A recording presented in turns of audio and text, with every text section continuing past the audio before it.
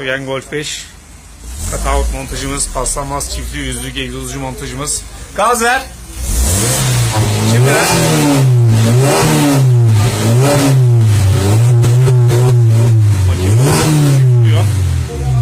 Evet, Mert, bu nasıl olmuş bu aracımız?